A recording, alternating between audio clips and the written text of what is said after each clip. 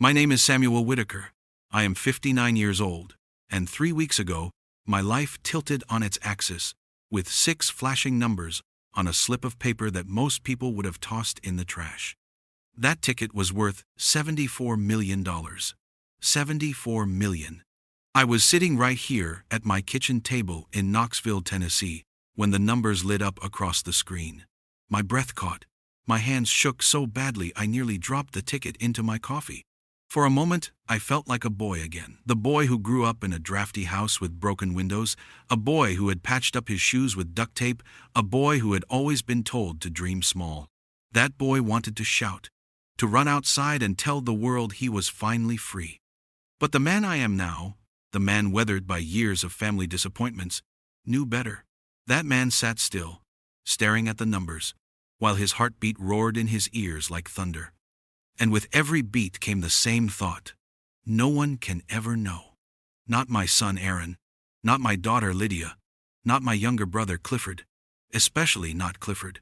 In my family, money isn't love, it's leverage. And I had learned the hard way. What happens when you give them the upper hand? I looked around my little house. The walls needed paint, the floor creaked when I shifted in my chair, and the refrigerator hummed louder than a train. Yet for all its flaws, this house held memories of my late wife Caroline. She had died here 2 years ago, in the bedroom down the hall, after a battle with cancer that bled me dry, financially, emotionally, spiritually. And I remembered who showed up back then. Not Aaron, not Lydia, not Clifford.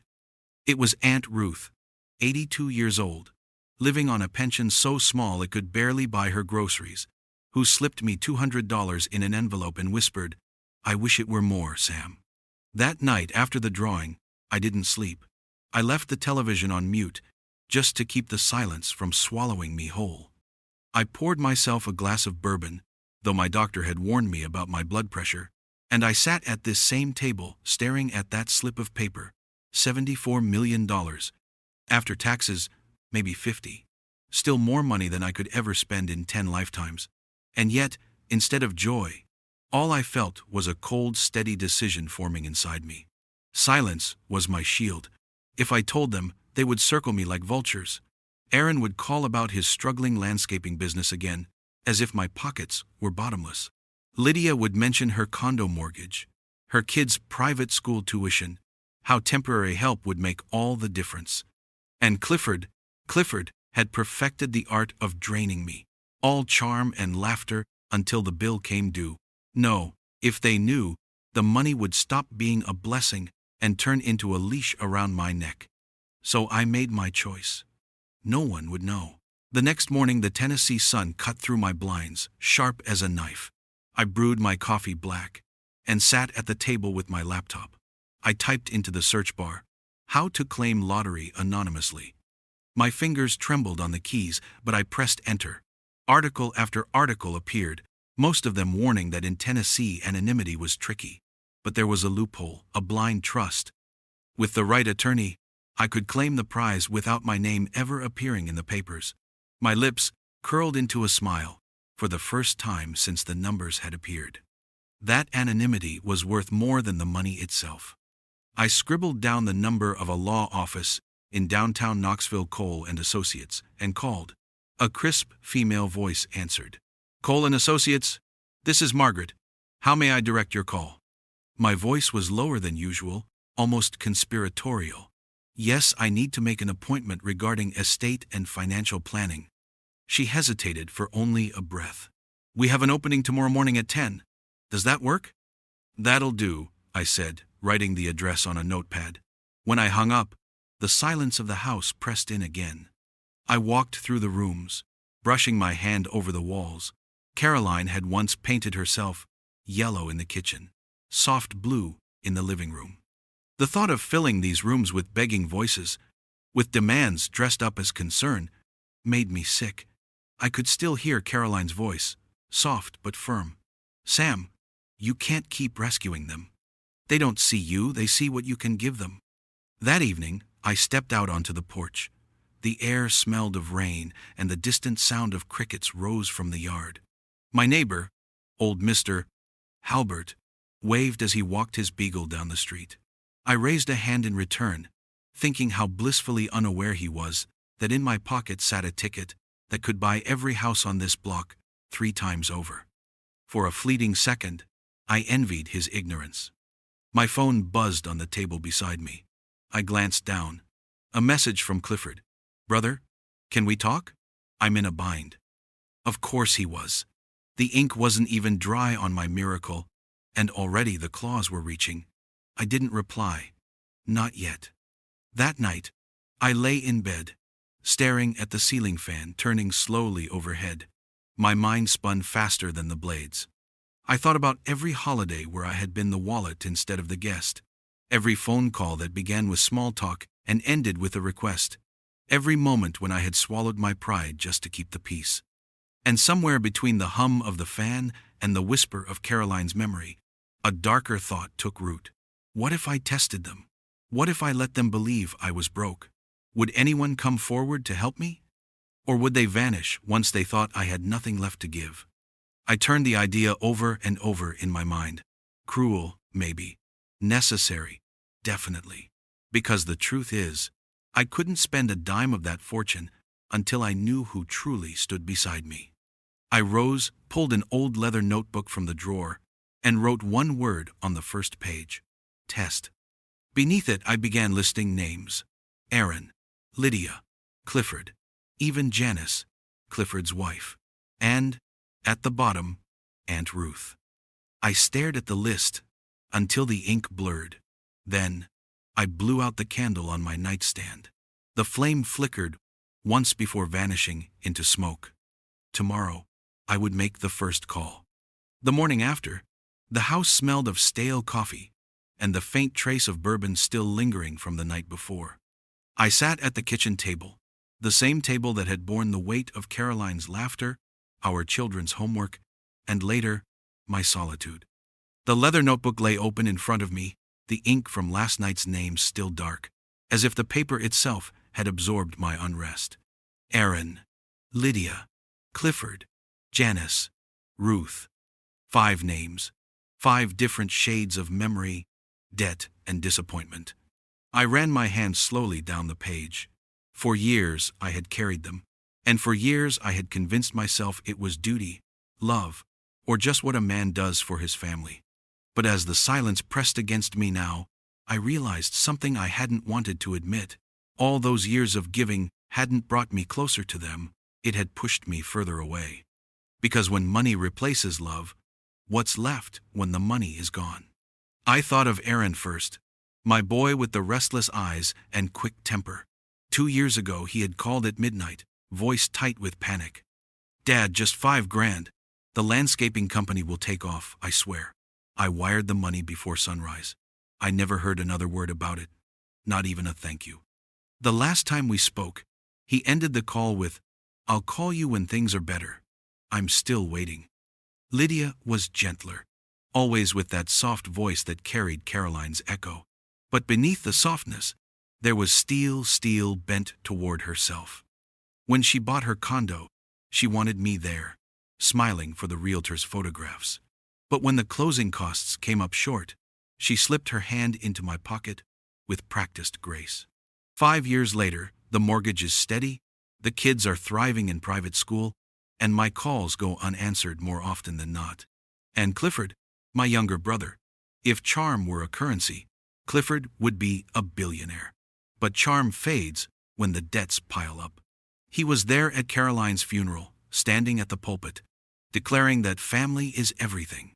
Then he left early for a poker tournament in Nashville.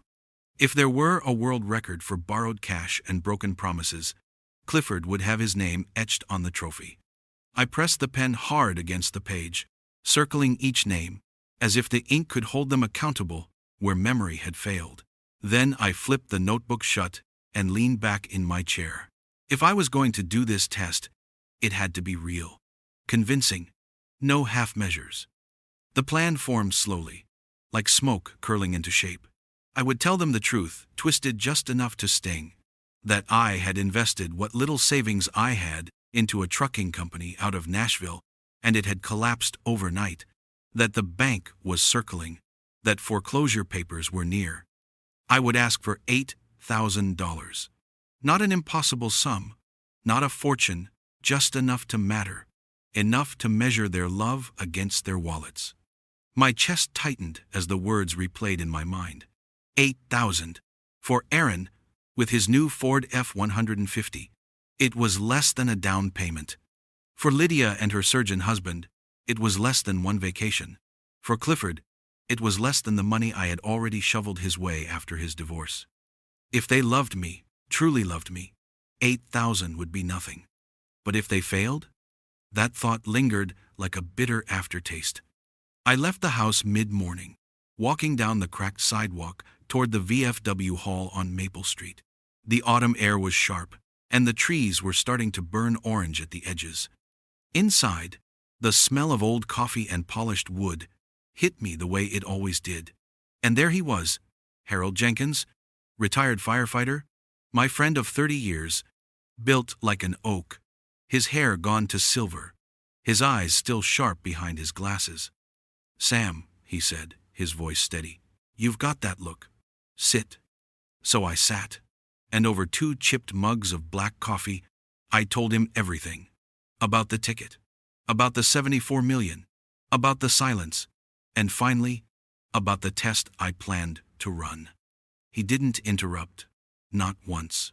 His jaw worked, his fingers drummed slowly on the table, but he let me speak until my words emptied out. When I finished, he leaned back, blew out a long breath and said, "If you test them, be ready for the answer. Once you see who they are, you can't unsee it."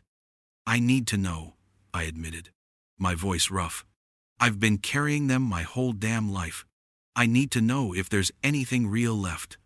Harold studied me, his gaze steady. "Then protect yourself, write it down, record it. Not for them, for you. Because later, when they start twisting the story, because they will, you'll doubt yourself. You'll wonder if maybe you were too harsh, if maybe you imagined it. Don't let them rewrite your life." His words struck like a hammer. Because he was right. My family had always been good at rewriting history, smoothing over their betrayals, until somehow I was the one left apologizing. This time would be different. "I'll do it," I said quietly. Harold nodded, then slid something across the table. A small device, no bigger than a deck of cards. A recorder. "Use it," he said. "Every call, every word. Back it up. One day, you'll thank me." I picked it up, turning it over in my hand. It felt heavier than gold. That night, back at my kitchen table, I set the recorder beside my phone. The candle flickered low, casting long shadows on the walls. The leather notebook lay open once more, the names staring up at me like accusations. I pressed the pen to the paper and wrote a single line beneath them. Request $8,000. Record responses. The plan was set. Tomorrow, the test would begin. And for the first time since the numbers changed my life, I felt something sharper than fear. I felt anticipation. The next morning, the air in the house felt different, heavy, like the quiet before a storm. The recorder sat on the table, its small red light blinking softly, waiting. My notebook lay open, pen ready to carve the truth into its pages. I stared at the list of names. My hand hovered over Aaron's first, but something inside me resisted. My son, my only son. I wasn't ready to hear his answer yet. If I started with him, and he failed me, I wasn't sure I'd have the strength to continue. So, I moved to the gentler name, Lydia. I pressed the call button, lifted the phone to my ear, and listened as the rings stretched into the silence of the house. 1, 2, 3, then her voice, bright and practiced. "Dad, this is a surprise. Everything okay?" I let out a breath, slow, careful. "Not exactly, Lydia. I wouldn't be calling if it weren't important." The brightness in her tone dimmed. "What's wrong?" I let a pause hang, long enough for her imagination to run. "The firm I put some savings into collapsed. Bad management, maybe fraud. The money's gone, and the bank's already circling about the mortgage. I need some help, just enough to hold them off until I figure things out." About 8,000. Her sharp intake of breath reached me even through the static. For a moment, I thought she might surprise me. Then her voice softened, too soft, too careful. "Oh, Dad, that's awful. I can't believe they did that to you. But 8,000 is a lot. Paul just paid the kids' tuition, and we're still catching up on the condo renovations. Maybe in a couple of months." I cut in gently. "Lydia, the bank won't wait a couple of months. They'll start proceedings within weeks." Her silence stretched too long. I could almost hear her weighing it. Not the cost of my crisis, but the cost to her comfort. "I'll talk to Paul," she said finally. "Maybe we can manage a smaller amount, but I can't promise anything. A smaller amount. A delay. A hedge against guilt." "I understand," I said flatly. "Of course, Dad," she replied quickly, almost too eager to close the call. "We'll figure something out, don't worry." But I knew she wouldn't figure anything out. Not for me. I ended the call, set the phone down, and wrote in the notebook, "Lydia, sympathy, excuses, no commitment." The taste in my mouth was bitter. For a long moment, I sat without moving, listening to the old clock tick on the wall. Part of me wanted to stop right there, to preserve what little illusions I still held. But illusions are poison. Once you taste the antidote, you can't go back. By noon, I had rehearsed again, my voice sharper this time. I scrolled to the next name. Clifford. My brother. My blood. My burden. He answered on the second ring, voice thick with bravado. "Henry, long time, brother. How's the quiet life?" "Not so quiet," I replied evenly. "I've run into trouble." "Trouble? Don't we all?" He chuckled, but it rang hollow. "The truth is," I said, letting my voice sag with weariness, "I made some bad investments, lost a good chunk of money. The bank is circling the house. I need 8,000 to cover things until I can sort it out." He didn't miss a beat. "Eight? Hell, I don't even have 800 lying around. Times are tough, you know. Clients are late. Market's rough. Maybe you should sell that old truck or refinance. You've always been good at figuring things out." I let a beat of silence pass. "Clifford, I helped you with more than that when you needed it. After your divorce. After the restaurant deal collapsed. Every time I came through." He sighed dramatically. "Yeah.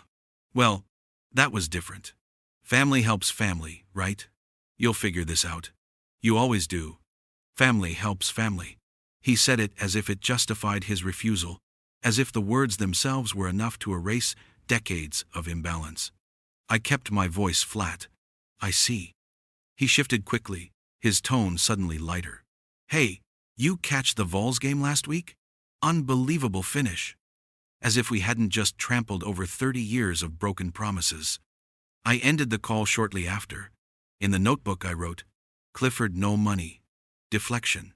Empty platitudes." By late afternoon, the house felt heavier, as though the walls themselves had absorbed the weight of the answers I was collecting. I stepped outside, crunching leaves beneath my boots, but every sound seemed to echo with their refusals. I thought of Caroline. What would she say if she were here? She'd probably tell me not to torture myself, not to measure love in dollars. But she would admit, even if quietly, that this was never about dollars. It was about whether love existed at all. As dusk settled, I lit a candle and poured a bourbon. Mark's name glared at me from the page like a challenge. My son, my only son. I dialed. He answered on the fourth ring, his voice impatient. "Dad, everything okay? I'm in the middle of something." I drew in a steady breath. Not really. I wouldn't be calling if it weren't serious. I made some investments. They collapsed. I'm short on the mortgage. I need 8,000 to hold the bank off. There was a pause, then a short, sharp laugh. "Dad, you should have known better. At your age, gambling with investments? Come on, I can't just hand over 8 grand. I've got payroll to cover, a new office lease, a product launch. You should have planned better." The words landed like stones. "I planned my whole life, Mark. I gave you money for your business when no one else believed in it. I sacrificed for you. I'm asking you for the first time." His tone hardened. And I appreciate that. But I can't. You'll figure it out, you always do. The echo of Clifford's excuse. I closed my eyes, swallowed the bile rising in my throat. I see, I said quietly. Look, Dad, I'll call you later. Got to run. The line went dead. I stared at the phone in my hand, the weight of silence pressing in again. Slowly, I wrote in the notebook. Mark dismissive. Lectures. Refusal. The bourbon glass felt heavy in my hand, heavier than the recorder still blinking red. 3 calls. 3 answers. 3 proofs of what I had long suspected but never wanted to face. I leaned back, staring at the flickering candle flame, and whispered to the empty room, "So, this is what family means." The clock ticked toward midnight. Outside, the world carried on as if nothing had changed. But inside this house, everything had. The experiment had begun, and already it was revealing more than I was ready to bear. The morning after the calls, I woke with a knot in my chest. The notebook lay open on the table beside the candle, the ink still sharp and black against the yellowed page. Lydia, excuses. Clifford, deflection. Mark, lectures. 3 answers, 3 failures. The house felt colder somehow, though the Tennessee sun streamed through the curtains. I brewed coffee but left it untouched. My stomach churned with something heavier than hunger. I knew I couldn't stop now. If I stopped, I would spend the rest of my days haunted by questions, bargaining with ghosts. The next name was Janice, Clifford's wife. I hesitated before dialing, the recorder's red light blinking at me like an accusation. If Clifford had failed me, surely his wife would too, but I needed the record. I needed the truth to be complete.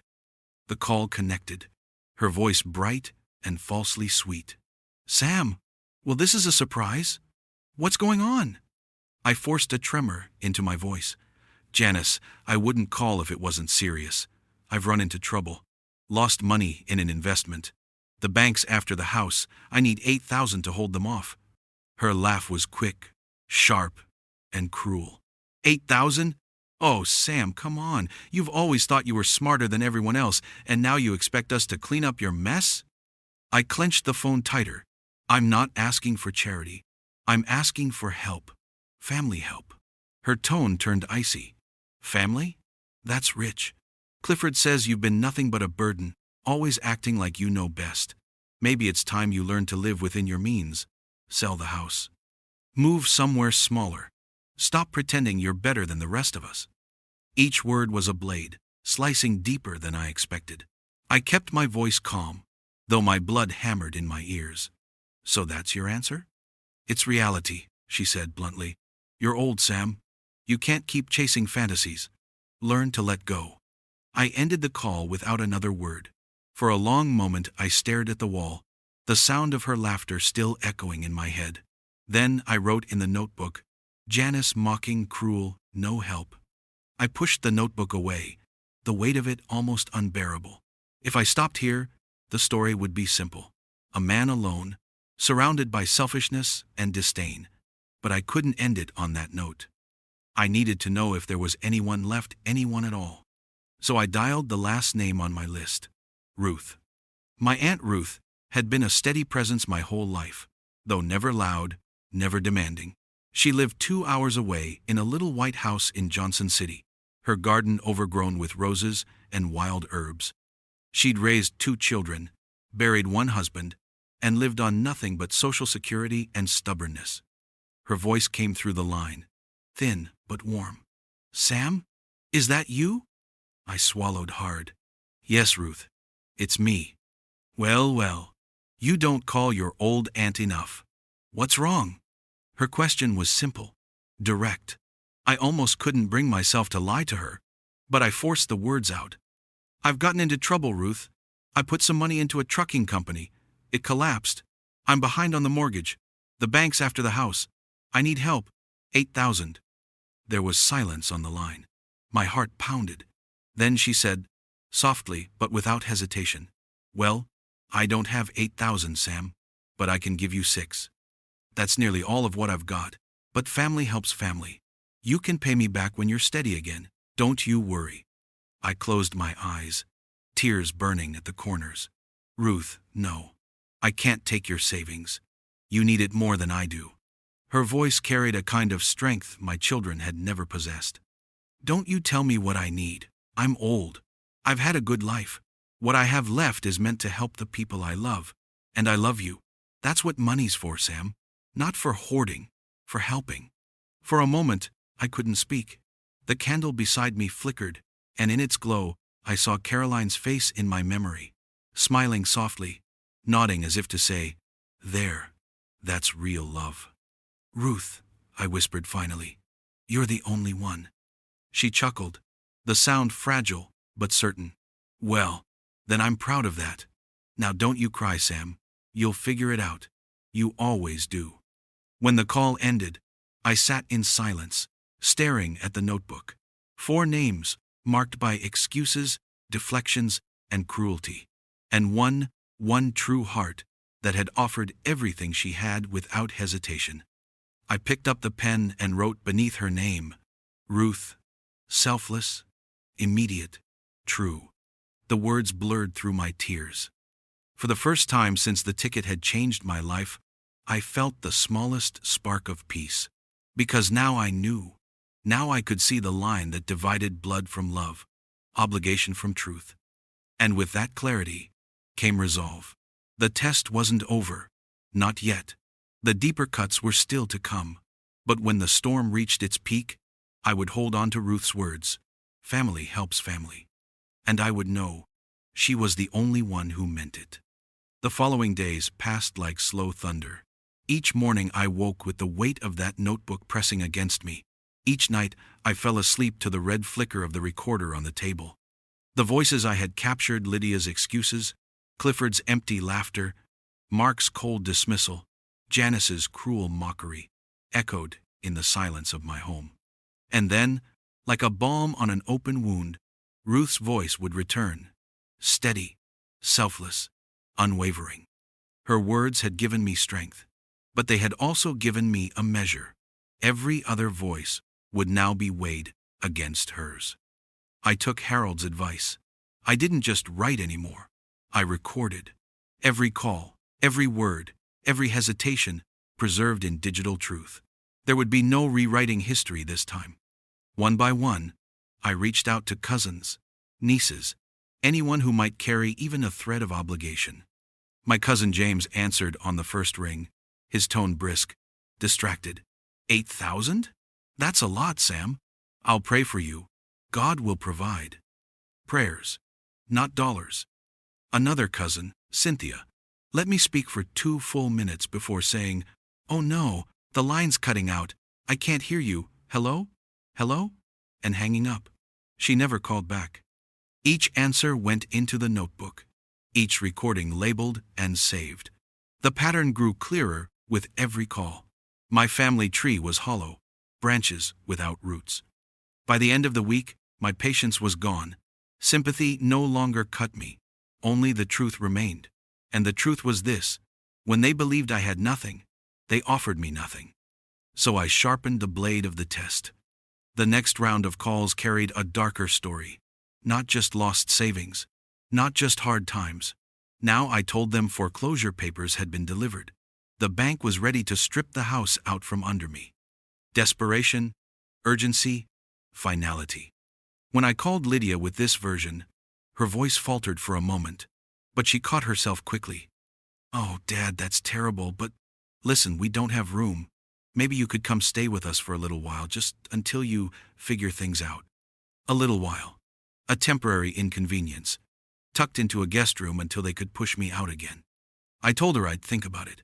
I ended the call and wrote in the notebook, "Lydia, conditional offer, not real help." Aaron's response was colder still. When I told him about foreclosure, he sighed heavily. "Dad, I don't have time for this. Honestly, maybe it's better if you sell. Or have you thought about assisted living? You'd have meals, nurses, structure. It might be what you need at your age." Assisted living. He said it as if he were offering me kindness, but I heard the subtext. Out of sight, out of mind. Convenient. I ended the call, my hand shaking as I wrote. Aaron suggested assisted living. But the cruelest cut came not by phone, but in person. It was late afternoon when a truck pulled into my driveway, gravel crunching under the tires. I stepped onto the porch as Clifford climbed out, adjusting his jacket, waving a folded envelope in his hand. His smile was wide, rehearsed, all teeth, and no warmth. "Sam, brother," he called, striding up the steps as if he owned the place. "Heard you're in a tough spot. Thought I'd swing by, see how I can help." I gestured toward the porch chairs. "Help?" He sat, leaned forward, and placed the envelope on the table between us. "Cash offer, 25 grand. I'll take the house off your hands, no questions asked. You walk away with something, I take the headache. Win-win." My jaw tightened. "This house is worth 200,000, Clifford." He spread his hands innocently. Sure on paper. But with foreclosure looming, who's gonna pay that? Bank'll eat you alive. I'm offering you a way out, brother to brother. Brother to brother. Words he had never earned. I let the silence stretch. My eyes fixed on him. The recorder in my pocket blinked red, capturing every syllable. Finally I asked, "And if I refuse?" His smile faltered for half a second, then returned. "Then the bank takes it, and you get nothing. Better to leave with a little than with nothing at all." I leaned back, folded my arms. "You came here ready to profit from my loss." He didn't flinch. "I came here ready to save you from humiliation. Call it what you want." I stood slowly, my chair scraping against the porch. Clifford looked up, uncertainty flickering in his eyes. "I'll think about it," I said flatly. He rose, clapped me on the shoulder. "You're a smart man, Sam. Don't wait too long. Time's running out." He left the envelope on the table, as if the sight of cash might weaken my resolve. I didn't touch it. I watched his truck disappear down the road, the sound of gravel fading into the distance. Then I picked up the envelope, slid it into a drawer, and wrote in the notebook, "Clifford predatory offer. 25K for 200K house." That night, I sat alone on the porch, the candlelight flickering against the recorder. My house, my memories, my entire life reduced to an opportunity in his eyes. I poured another bourbon, raised the glass to the empty chairs around me, and whispered, "You've all shown me who you are." But deep inside, I knew this was only the beginning. The real confrontation was still coming, and when it did, there would be no shadows left for them to hide in. I didn't sleep the night after Clifford laid that envelope on my porch table. I sat with the bourbon glass untouched in front of me, staring at the folded bills inside the drawer, their presence like a splinter under my skin.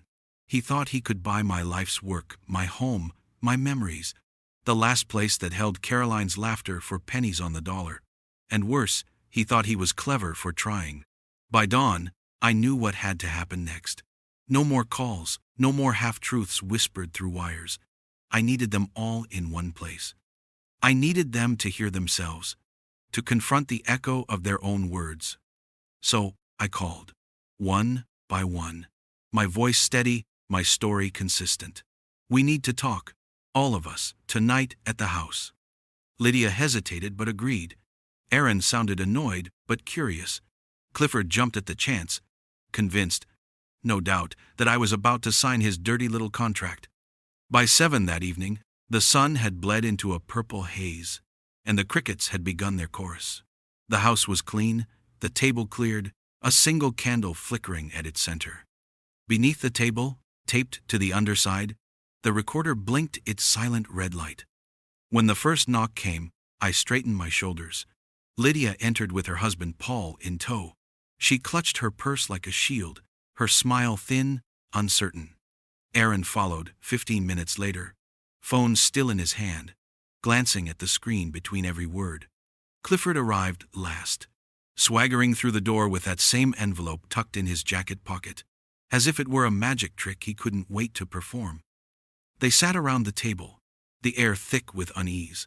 The candle cast long shadows on their faces, making them look older, sharper, less familiar. I began simply, "You all know why you're here. You've heard my situation. The failed investment. The foreclosure. The risk of losing this house." They nodded, eyes shifting toward one another. No one spoke first, so I let the silence sit heavy until Clifford broke it, his grin flashing. Well, Sam, no use dragging it out.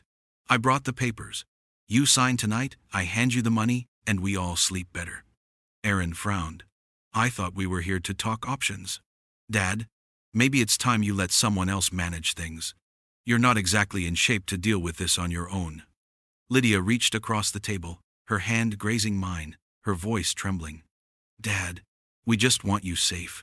You can't stay here alone if the bank takes it. Come with us, just for a while. The kids would love to have their grandpa around. Her words might have sounded kind if I hadn't already heard her hesitation on the phone, her calculation. I looked at each of them, one by one. And that's your solution? Sell the house. Move me in with you. Send me to assisted living. Take control of what's left of my life? Aaron rolled his eyes. You're being dramatic. We're trying to be practical. Clifford slapped the envelope on the table with a flourish. Practical is cash in hand. 25,000. No strings. Better than nothing when the bank comes knocking. The candlelight flickered against the veins in my hands as I clenched them together. I let the silence stretch again, let their words hang in the air like smoke. Then I spoke, my voice low and steady. This house is not just lumber and nails. It's where Caroline painted the kitchen walls yellow because she said sunlight should live inside even on rainy days. It's where Lydia took her first steps. Where Aaron learned to ride a bike in the driveway.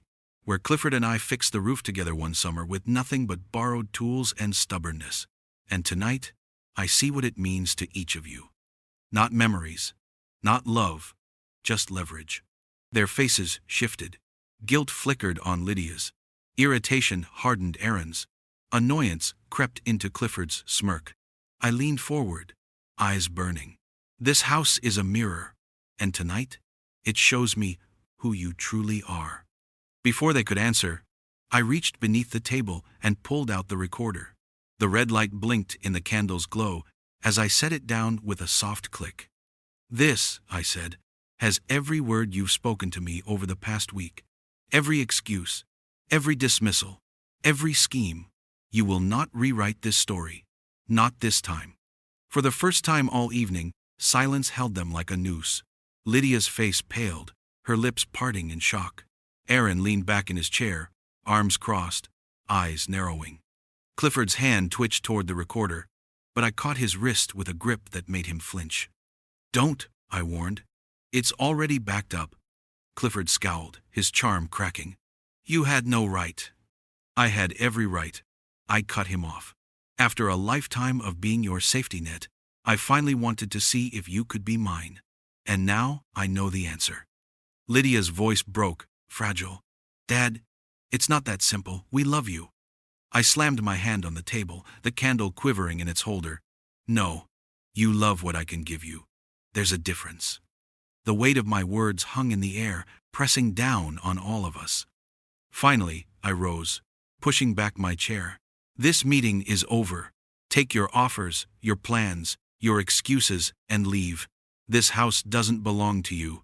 Not now, not ever. They hesitated, stunned, until I pointed to the door. One by one they gathered their coats, their purses, their pride, and left. Clifford paused in the doorway, his grin gone, his eyes dark with anger. You'll regret this, Sam, he muttered. Maybe, I said, my voice calm, but at least it will be my regret, not yours. The door shut behind them, leaving me in the quiet hum of the house, the candle burning low. The recorder blinked its red eye at me, proof that I hadn't imagined any of it. I sank back into my chair, exhaustion pulling at my bones. The truth was bitter, but it was clean. For the first time in years, I felt something like clarity. But deep inside, I knew this wasn't the end. The storm was only gathering. The final reckoning still waited just beyond the horizon. The night after I threw them out, the house sat in silence so sharp it felt alive. Every tick of the clock on the mantel was a hammer to the chest. I walked from room to room, the boards creaking under my steps, the smell of Caroline's old lavender sachets still faint in the air. She had always said storms reveal the cracks in a house. That night, I knew storms reveal the cracks in people too. By dawn, the sky had turned an ugly gray, the kind that promised thunder before sunset. I pressed a pressed shirt, polished my shoes until the leather gleamed, and shaved clean for the first time in months. When I looked in the mirror, I hardly recognized the man staring back. No longer the weary widower, no longer the brother drained by Clifford, or the father dismissed by Aaron and Lydia. No, this man was sharper, colder, ready. At noon, I drove into town. Walter was waiting for me at the cafe, his coffee already cooling in front of him. He studied my face as I slid into the booth. "You're set on this," he said flatly. I nodded. "Tonight's the end. They saw what I am when I was broke. Tonight, they'll see what I am when I hold the cards." His brow furrowed. "And the money? You're really going to show them?" I pulled a plain envelope from my jacket pocket and placed it on the table between us. It was thick, sealed, official. Inside, copies of the blind trust, the bank statements, the proof of what I hadn't told a soul. $74 million, after taxes and interest. They'll hear it from me. No lawyers, no whispers, no rumors. I want their faces when the truth hits. Walter leaned back, a shadow crossing his eyes. "Then brace yourself. Greed doesn't sleep when it smells blood." That evening, the storm rolled in heavy, rain lashing against the windows, wind moaning around the eaves. The old house shook, but it held. I lit a single lamp in the living room, its glow soft against the storm's fury. At exactly 8, headlights swept across the driveway, 3 sets in quick succession. First Aaron, his jaw clenched, phone in hand. Then Lydia, clutching an umbrella that turned inside out in the wind. Finally, Clifford, dripping smugness even through the rain, the contract still tucked under his arm like a preacher's Bible. They filed in, dripping, unsettled. The candle flickered on the table, the envelope resting neatly on the mantel above the fireplace. I stayed seated in the armchair, my voice steady. "Sit. This won't take long." Aaron crossed his arms. "Dad, if this is another one of your games—" "Quiet," I said, sharper than I intended. The word cut the air like glass. They stilled. I let the silence hang a moment before rising. My hand hovered over the envelope. The storm outside, rattling the windows like applause, waiting for its cue. 3 weeks ago, I said. I held a piece of paper in my hand that changed everything. 6 numbers on a ticket. $74 million, after taxes. Mine. The words hit like a stone dropped into still water. Lydia gasped, covering her mouth. Aaron blinked, disbelief flashing into calculation. Clifford laughed, sharp and bitter. "You expect us to swallow that?" he sneered. I held up the envelope, shaking it gently, so the papers shifted inside. Proof. Bank statements, trust documents, every dollar accounted for. I haven't touched a cent.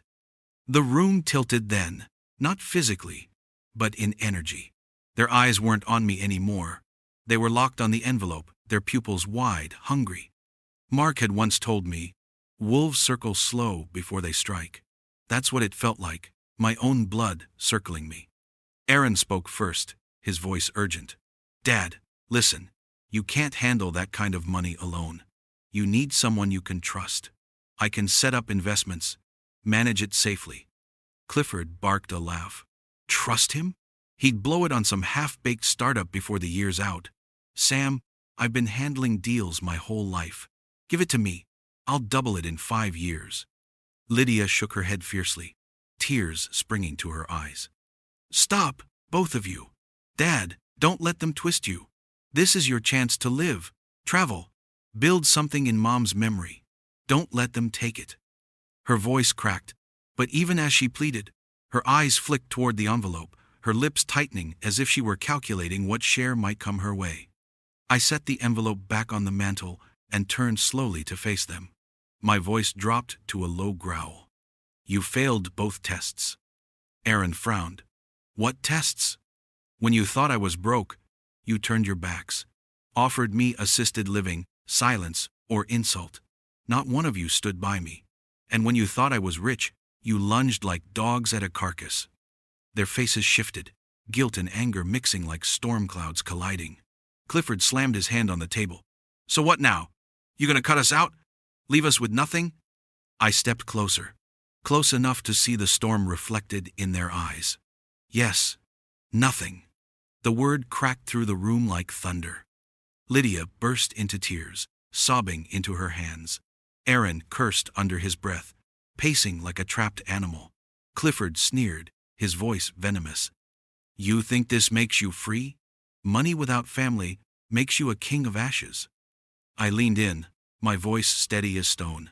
"Better ashes than chains." The storm roared outside, lightning slashing across the windows. I walked to the door and pulled it open, rain lashing the porch. "Get out," I said. They froze. I said, "Get out." Aaron stormed past me, muttering. Lydia lingered, trembling. "Dad, please, don't shut me out completely." "You shut yourself out the moment you saw me as a wallet instead of a man," I said softly. She sobbed harder, then slipped into the rain. Clifford was last. He leaned close, his breath sour, his eyes burning. "This isn't over, Sam." I met his gaze without blinking. "It's over the moment I said it was." He spat on the porch boards and stalked into the storm. The door shut. The house plunged into silence, save for the rain hammering the roof. I stood alone in the dim light, the envelope heavy in my hand. For the first time in decades, I felt light. Not because of the money, but because of the truth. They had revealed themselves, and I had survived it. The storm raged on, but inside, I was still. The storm passed by morning. The air outside was washed clean, the earth dark and heavy with rain, but inside the house, silence stretched warm and steady. I sat at the kitchen table, the same table where it all began, the envelope now locked safely in my desk drawer. The candle from last night had burned to a nub, its wax hardened in uneven ridges, like scars left after a wound. I poured myself a cup of coffee, black and strong, and let the steam rise against my face. My hands didn't shake anymore. The notebook sat open in front of me, its pages filled with names and notes, excuses, refusals, betrayals, a record of every mask that had slipped. I ran my fingers over the ink and whispered, "It's enough." For years, I had told myself that family was the anchor of my life, no matter how heavy, no matter how rusted. But anchors don't just keep you grounded. Sometimes they drag you down until you drown. And last night, I cut the chain. That afternoon, I met with my lawyer again. The office smelled of old wood and lemon polish, steady, unchanging. I slid the sealed folder across the desk. "I want to set up trusts," I said simply. "Scholarships under my wife's name. A wing in the county hospital. A shelter downtown for people who don't have anyone left to stand by them. Quiet legacies. No strings." He looked at me with raised brows. "And your family?" I shook my head. "They already wrote their inheritance in their own words. I'm just making it official." By the time I left, the paperwork was in motion. Every dollar would serve a purpose, one that couldn't be twisted into leverage or drained by empty hands. For once, I was the one choosing the story. In the weeks that followed, the phone calls came. Angry voicemails from Aaron, demanding explanations. Long pleading messages from Lydia, her voice breaking as she promised she hadn't meant the things she said. And Clifford, his calls were venom, threats disguised as brotherly warnings. "You'll regret this, Sam. Blood is blood.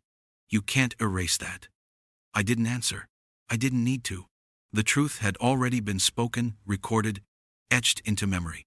Every time my hand itched to pick up the phone, I played back the recordings. Their words, not mine. Their verdict, not mine. And I remembered Walter's advice. They showed you who they are.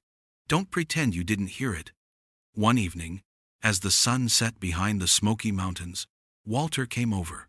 He brought his thermos of black coffee, and we sat on the porch as fireflies blinked in the gathering dusk. "You look lighter," he said, studying me. "I am," I admitted, for the first time in years. He sipped, then asked the question I knew was coming. "So what now?" I leaned back in my chair, listening to the cicadas in the trees, the hum of a summer night settling in. Now I live. Not for them, not for what they want, for me, for Caroline's memory, for the people who might find hope in the scholarships, the hospital wing, the shelter. That's how I'll measure wealth now, not in what's hoarded, but in what's given with love. He nodded slowly, his eyes softening. That's a good way to end the story. But I shook my head. It's not an ending, Walter. It's the first time in a long while I feel like the story's mine to write. We sat in silence after that. Two old men, with too many scars and just enough strength left to carry them. As the stars crept out above the hills, I thought of Martha, dear Martha, who had once pressed $200 into my hand when no one else would. She had so little, and yet she gave me more love than my own children and brother combined. I wrote her a letter the next day, tucking a check inside. Not because she asked, not because she expected, but because she had already given me the only thing that mattered. Proof that love didn't calculate. Weeks turned into months. The house grew quieter, but not lonely. I planted a garden out back, rows of tomatoes and beans, like Caroline used to keep. I built a bench under the old oak tree, a place to sit and breathe. And sometimes, when the wind shifted just right, I swore I could still hear her laugh carried through the branches. One Sunday morning, I walked through town and stopped at the diner Caroline used to love. The waitress, a girl with tired eyes and a kind smile, asked how I'd been. I told her fine, better than fine. She laughed when I left a tip that doubled her paycheck. The way her face lit up reminded me of something I had almost forgotten. Giving, when it's free of expectation, fills you more than it empties you. That night, I sat at the kitchen table, the notebook still open to its last page. Beneath the names and notes, I wrote a single line in bold letters. What you choose to keep and what you choose to let go determines the life you live. I closed the book for the last time, slid it into the drawer beside the envelope, and blew out the candle. The flame flickered once before vanishing into smoke, leaving only the scent of wax and the steady hum of silence. For years I thought silence was my enemy. After Caroline died, it haunted me like a shadow. But now I understood. Silence isn't loneliness. It's freedom when you're no longer chained by the noise of false love. And that's the lesson I carry now. Money doesn't change people. It shows them. It shows who is willing to stand beside you when you have nothing, and who will lunge at you when you have everything. My family showed me both sides, and in their failure, they gave me clarity. I am Samuel Whitaker, 60 years old, from Tennessee.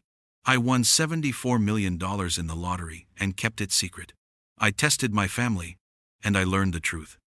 And for the first time in a long, long while, I am free.